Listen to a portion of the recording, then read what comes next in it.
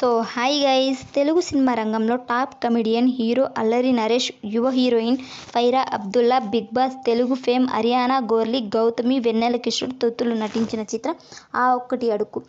అంకం మల్లి దర్శకత్వం వహించిన ఈ సినిమాను రాజీవ్ చిలక నిర్మించారు. గతంలో సూపర్ హిట్ టైటిల్తో వచ్చిన ఈ చిత్రం బడ్జెట్ ఎంత, బిజినెస్ ఎంత, కలెక్షన్ల వివరాల్లోకి వెళ్లబోయే ముందు ఒక చిన్న రిక్వెస్ట్. మన ఛానల్లోని వీడియోస్ చూసి నచ్చితే సబ్స్క్రైబ్ చేసి లైక్ కొట్టి షేర్ చేయండి.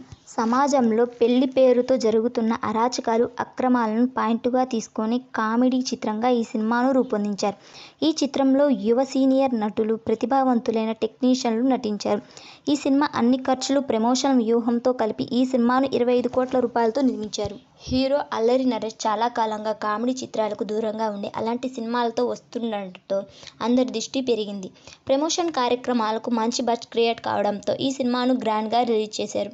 ఈ సినిమాను 600 స్క్రీన్లలో గ్రాండ్గా రిలీజ్ చేశారు. ఆ ఒక్కటి అడుక్కు సినిమాకు మంచి ఓపెనింగ్స్, బాక్సాఫీస్ జర్నీని మొదలుపెట్టింది. ఈ సినిమాకు మార్నింగ్ షోకి 40% ఆక్యుపెన్స్, మ్యాట్నీకి 45%, ఫస్ట్ షోకి 40%, సెకండ్ షోకి 45% ఆక్యుపెన్స్ నమోదైంది.